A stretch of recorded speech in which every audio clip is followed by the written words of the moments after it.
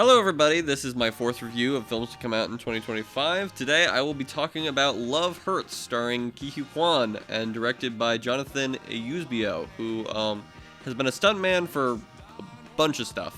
But it is his directorial debut. Would I recommend seeing Love Hurts? Absolutely not. The best thing about this movie is that it's only 83 minutes long. I really thought this was going to be like a comedy, romantic comedy with Ke Kwan, that he also happens to be a gangster with like an action pass, and that would somehow interfere with the romantic comedy plot. But no, this is just straight up an action movie with Valentine's things added for no reason. I really like Ke Kwan. He's a super likable actor. Everybody loves him. But it is a bummer that the first movie where he is the first name in the cast sucks. The premise of him being like a lovable realtor who bakes cookies for his coworkers is really just the first 5 minutes of the movie, and the rest is just stunts and terrible action movie dialogue. I'd say the sign of a really bad movie is when you don't know what the tone is supposed to be.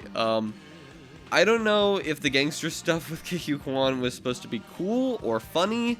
I think both, but neither really work. I mean, there's some good choreography, I guess, but very little of it feels motivated. There's a lot of really graphic gore and violence in this movie. Was it supposed to be cool or gross or funny in like an over-the-top way?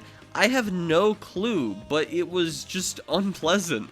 In my favorite action comedy, Hot Fuzz, there's a ton of really over-the-top violence, and it's funny because it's absurd and there's these awesome practical effects. Maybe that's what this movie was going for, but if so, it totally did not work. It's not fun to see Ke Kwan stab somebody to death, or see someone's eyes being poked out with a boba straw, which, by the way, is clearly being used as a weapon because the leading man is Asian, which is dumb. There's some really awful dubbing, bad lighting, some attempts of creative camera work, but it always looked bad. Ke Kwan is really just utilized poorly.